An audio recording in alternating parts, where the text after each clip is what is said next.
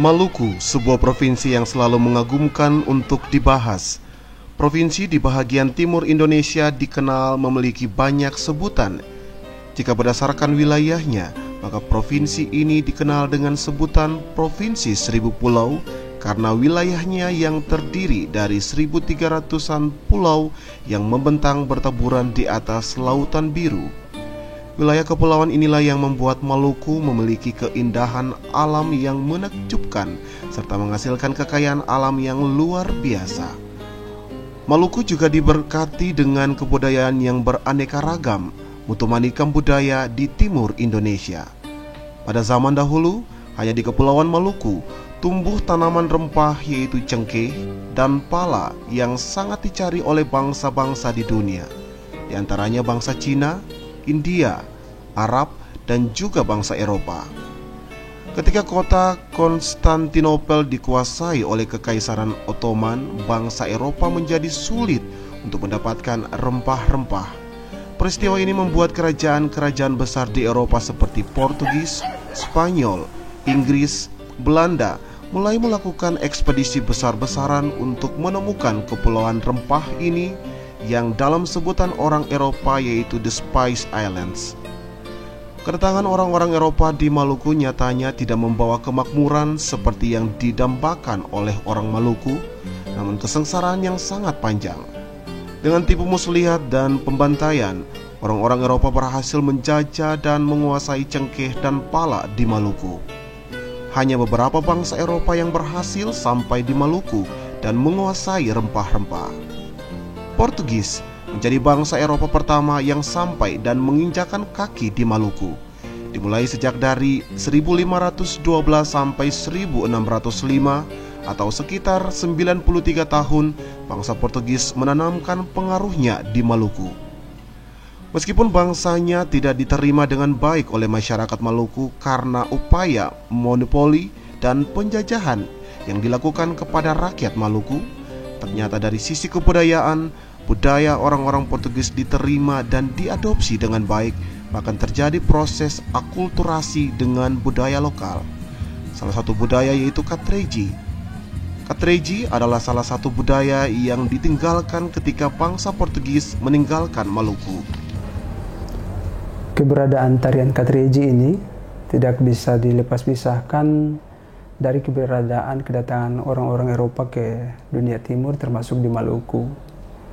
Nah, kedatangan orang-orang Eropa ke dunia timur termasuk Maluku ini dimulai pada tahun 1512. Dan ketika mereka berhasil membangun jaringan perdagangan dengan melibatkan penguasa-penguasa lokal di Maluku, baik Ternate, Tidore maupun Hitu, maka di situ kemudian berjalan berbarengan di dalamnya proses penginjilan yang dilakukan oleh para misionaris dari Portugis.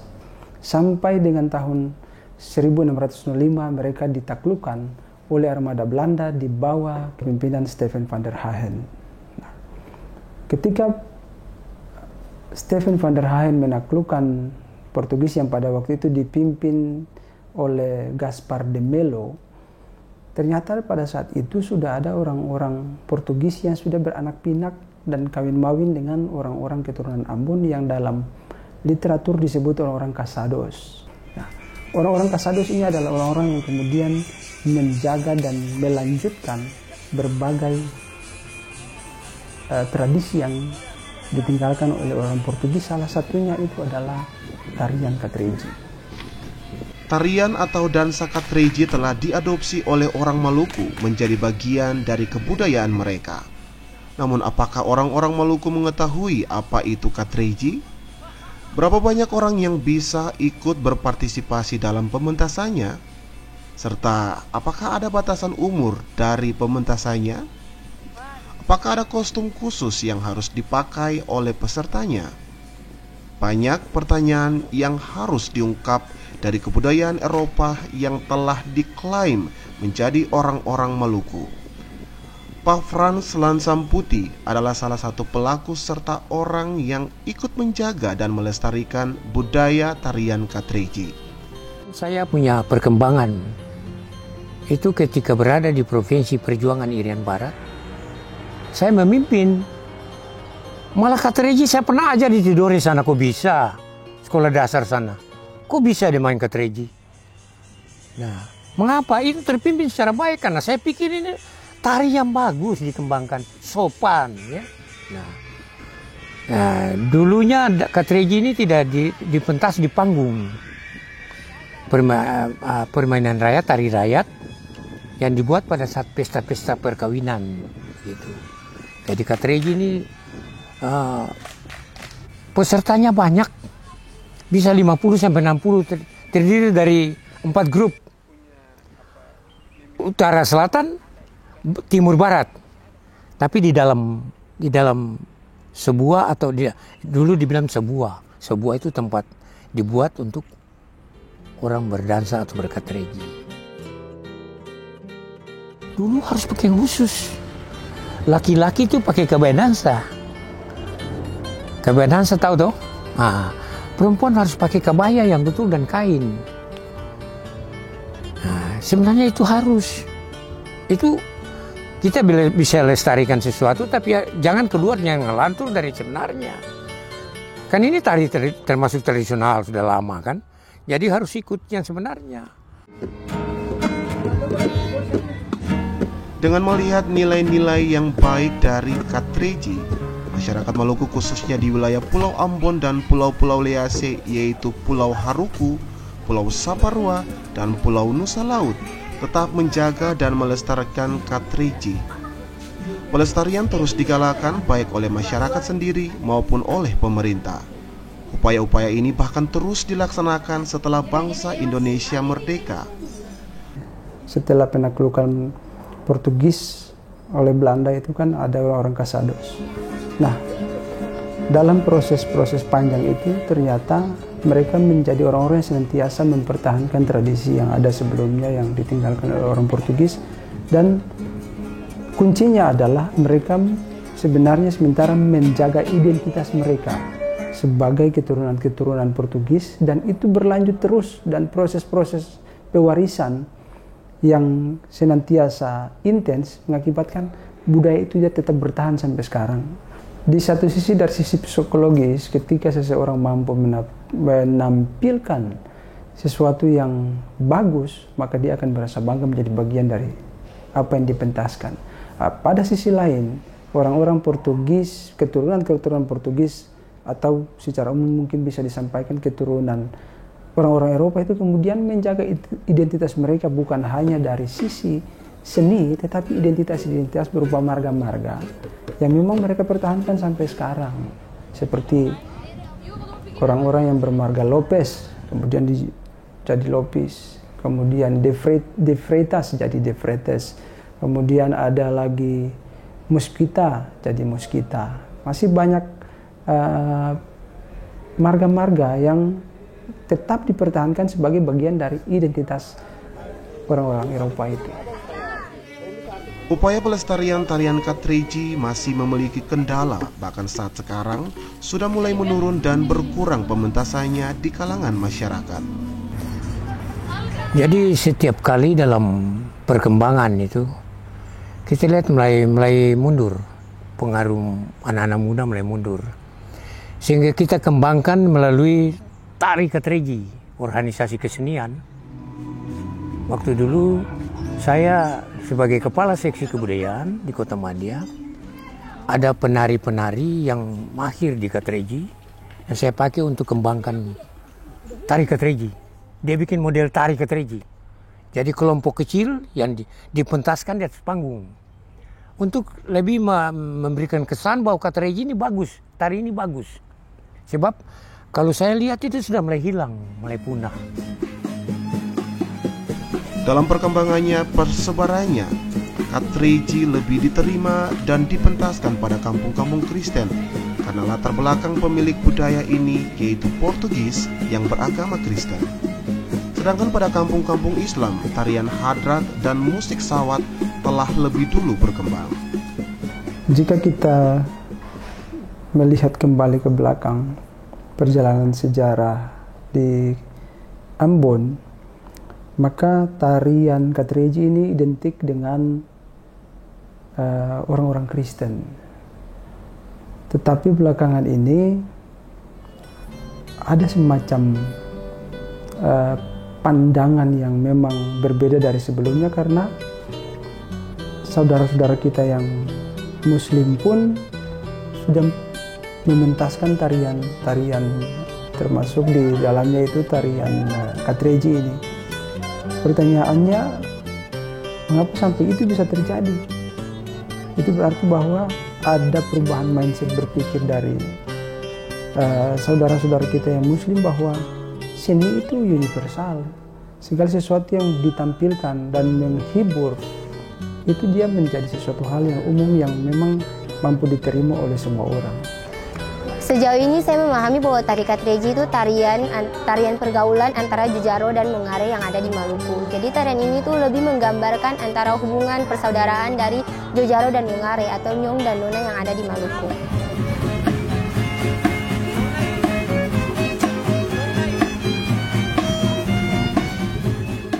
Katreji memang masih hidup dan bertahan di kalangan komunitas pemiliknya, lebih khusus di generasi 40-an sampai 70-an, di mana Katreji sangat sering dipentaskan.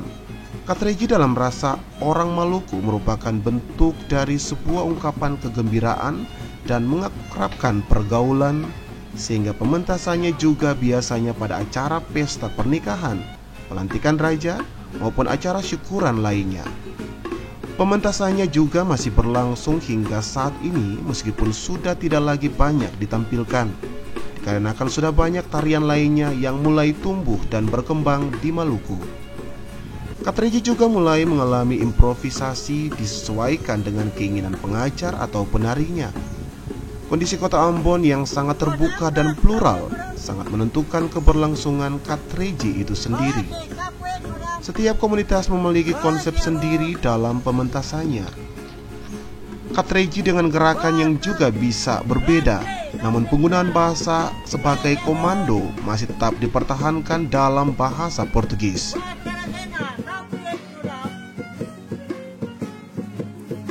Kalau dansa Katreji tidak batasan umur. Biasanya orang dewasa dulu, anak-anak enggak. Anak-anak tidak. Sekarang kalau bentuk tari anak-anak masuk, dibuat tari, gerakan dibuat sendiri. Tapi dulu gerakannya sudah terpimpin. Semacam dansa ya, dansa gitu. Jadi Nona sama Nyong berdansa, tapi pakai komando. Jadi terbatas dengan komando, tidak menurut mau sendiri. Lalu komando bilang stop, stop.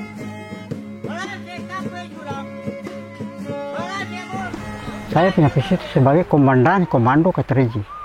Itu namanya gitu. Komandan komando Katreji. Jadi saya yang pimpin Katreji, yang mengajar mereka untuk tarian Katreji, saya. Itu bahasa luar, Pak. Jadi karena tarian Katreji ini sudah membudaya di Maluku sini, makanya kita pakai bahasanya. Jadi kalau kita pakai kremonade itu yang Nyong kele Nona atau pria kele wanita gitu. Terus lanjutannya tuh macam tadi itu pergerakan tuh ronde kater, nah, semua pegang tangan. Pegang tangan itu baru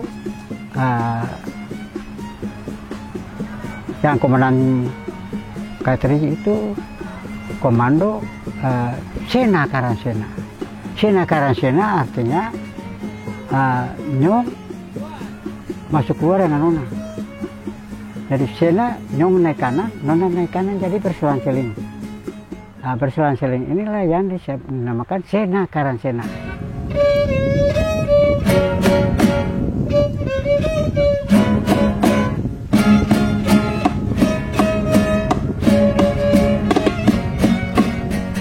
masa pertama muncul Katreji, dia lebih berupa dansa dan biasanya diiring oleh musik yang dimainkan oleh grup musik. Alat musik yang paling menonjol yaitu biola. Tetap dalam perkembangannya, dansa yang dahulunya dipentaskan di acara perkawinan maupun acara lainnya di kampung-kampung telah berubah menjadi sebuah tarian.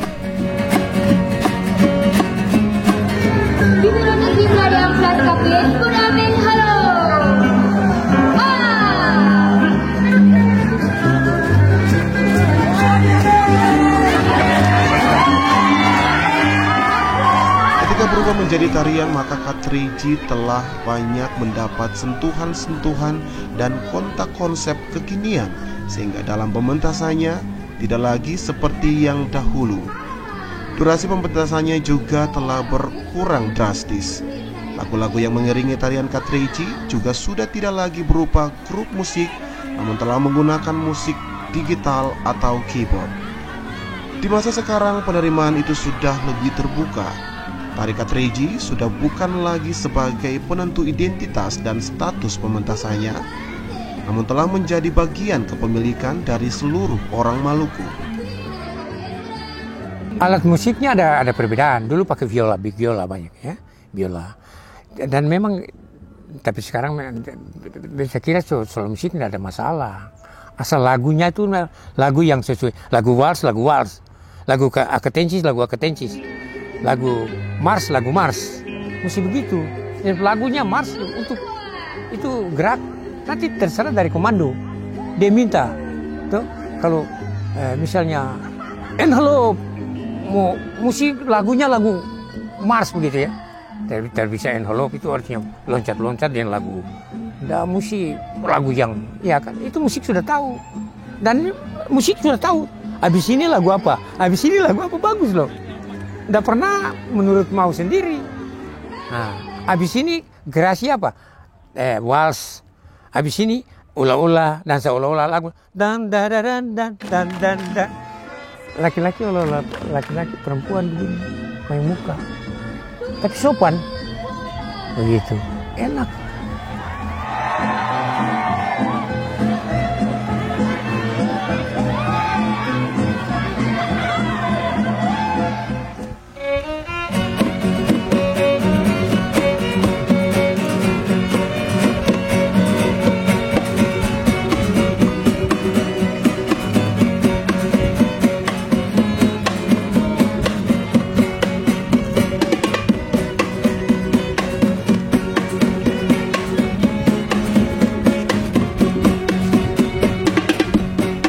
Harapan besar digantungkan tinggi oleh orang-orang Maluku yang pernah merasakan maraknya dan saat tarian ini dipentaskan dalam kehidupan keseharian mereka. Penaklukan dan penguasaan wilayah Maluku nampaknya bukan saja meninggalkan luka menganga yang sangat besar bagi orang Maluku. Ini menjadi catatan kelam secara panjang bangsa ini yang ditulis dengan tinta emas oleh orang-orang Eropa. Namun juga dengan adanya penjajahan ini, perasaan sehidup semati sepenanggungan bangsa Indonesia telah melahirkan sebuah negara besar yang merdeka dan berdaulat. Dengan menarikan tarian Katreji, orang-orang Maluku terus mengenang perjuangan bangsa kita, khususnya leluhur mereka dalam memperjuangkan kemerdekaan. Tarian Katreji ini telah menjadi milik orang Maluku. Sudah sepatutnya mendapat perhatian oleh semua pihak untuk dilestarikan bagi generasi berikutnya. Itu harus dikembangkan dansa Katreji, no? Harus dikembangkan dansa Katreji. Dan orang tua-tua yang memang sudah mahir di situ sudah tahu. Itu harus membina anak-anak muda sekarang. Sebab ini satu hal tarian yang paling bagus, sopan ya. Dia sopan menurut aturan yang bagus ya. Bagi muda-mudi harus diajar soal kesopanan dalam berkreasi tari dan dansa lain. Mudah-mudahan tarian Katreji ini diwarisi juga oleh anak-anak muda. Dan memang sudah. Sebab untuk memperagakan ini tarian Itu namanya anak-anak muda sendiri yang bisa komando, yang juga bisa peragakan dansa Katreji. Saya hanya meminta bahwa harapannya untuk tarian-tarian itu lebih dikembangkan dan Provinsi Maluku juga lebih dikenal dengan budaya yang ada. Seni yang tidak sopan nggak baik gitu. Itu barat sana tuh. Kalau yang sopan itu ya kita harus jaga itu.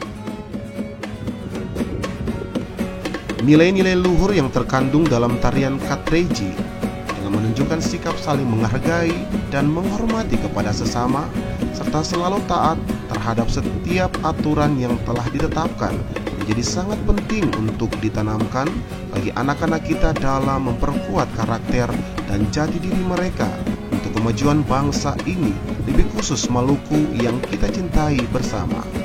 Kalau panas tanda bahaya, mari kita menanam langsa. Saatnya kita melestarikan budaya, karena budaya berkat bangsa.